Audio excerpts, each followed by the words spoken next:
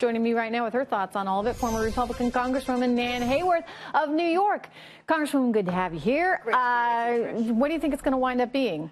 Well, probably, unfortunately, somewhere north of 15. And one of the biggest challenges we have, of course, that once they start actually getting into the nitty-gritty of creating this policy, there are many tax preferences, credits, incentives that create an effective tax rate, right, Trish? So, you know, nominally it's 39%, but once you get done with the rack rate, it gets down to somewhere around 25%. So they've really got to have a dramatic, absolutely too high. They've really got to have a dramatic drop to make a difference, and I'm for it. The important thing to remember, too, is that, you know, look, if you're a small business owner, you can't afford to have all the legal, expertise and the accountants that are helping you to figure out how to keep money offshore so you're not actually paying the full-on 39%.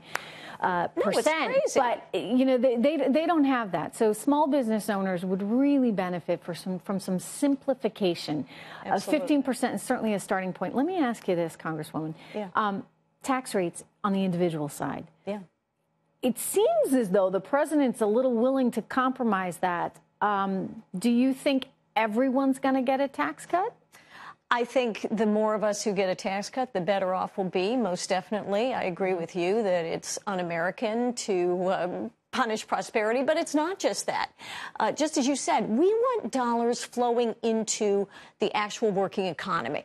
Every dollar that goes to government and not to the citizen sector, as I like to call the public sector, the private sector, that is, it's going to hurt us. So they ought to be aiming to reduce everyone's taxes. And I think because we have to compromise so much with Democrats, because we still have the filibuster to deal with in the Senate, we're going to have a challenge there. Does the compromise happen? I mean, it seems as though, in some ways, the president's been driven straight into the arms of Chuck Schumer and Nancy Pelosi because his own darn party can't, figure out how to get from A to B. Well, that's right. That's right. And it really is on the shoulders of Senator McConnell to take that bold move. I'm not the only one talking about it. The president's talked about it. He certainly has. I feel his frustration. Right. Well, the more we know that Senator Schumer is dedicated to driving more dollars to the federal government. He wants to tax. He wants to spend. Maybe he believes in it, but certainly politically that's what he wants to do.